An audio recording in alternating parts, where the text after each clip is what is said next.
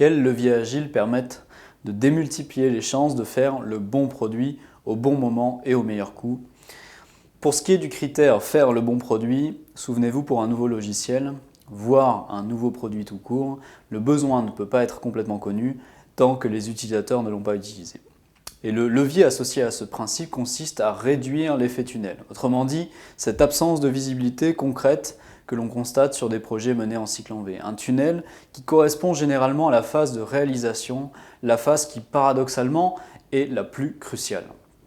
Sur un projet Scrum, on réduit cet effet tunnel en réduisant le délai entre l'expression de besoin et la concrétisation de la fonctionnalité associée.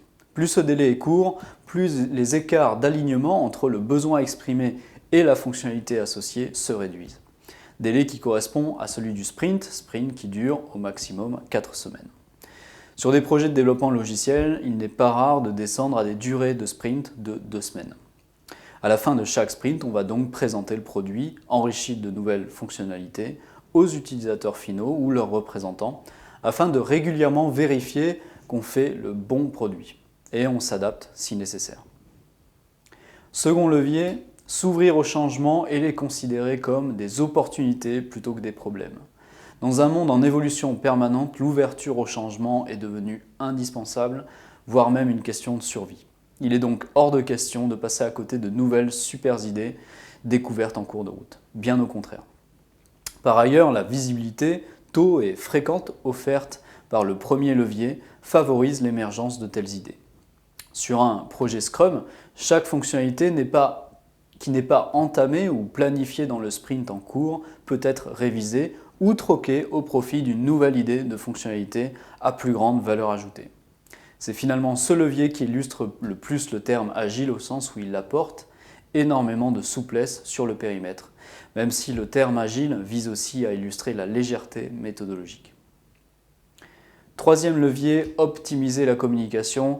La communication par écrit, par mail ou spécification est sans doute le meilleur moyen de mal se comprendre, puisqu'une telle communication est asynchrone et soumise à interprétation.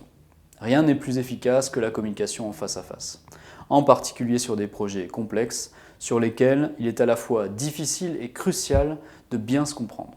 Les méthodes agiles favorisent donc ce mode de communication, ce qui n'interdit pas de restituer le fruit d'un échange en face à face dans de la documentation.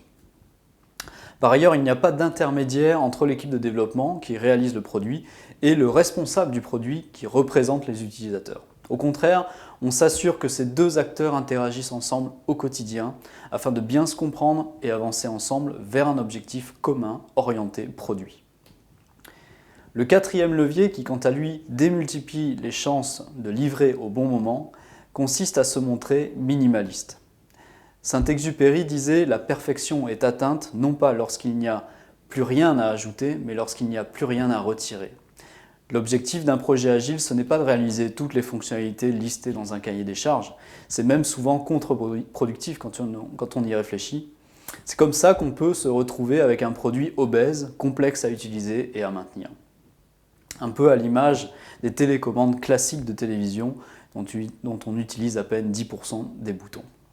L'idée consiste donc à commencer par réaliser les fonctionnalités qui ont le plus de valeur ajoutée, ce qui nous permettra de mettre à disposition des utilisateurs, dans un délai court, une première version du produit, comme cette télécommande de télévision par exemple. Certes minimaliste, mais utilisable, et sur un marché soumis à concurrence, c'est évidemment un atout considérable. Le cinquième levier contribue finalement aux 3 critères de réussite à la fois, mais concerne particulièrement l'optimisation des coûts. Il s'agit du mécanisme d'amélioration continue.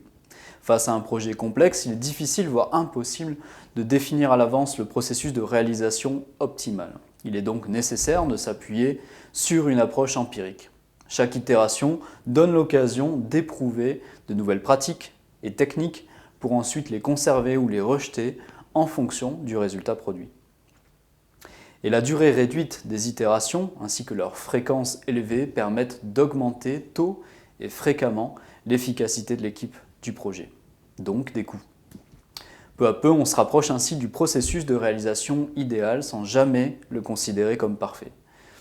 Il y a un autre avantage offert par ce levier, c'est qu'on peut se lancer très tôt sans perdre de temps à essayer d'élaborer une organisation et un plan parfait.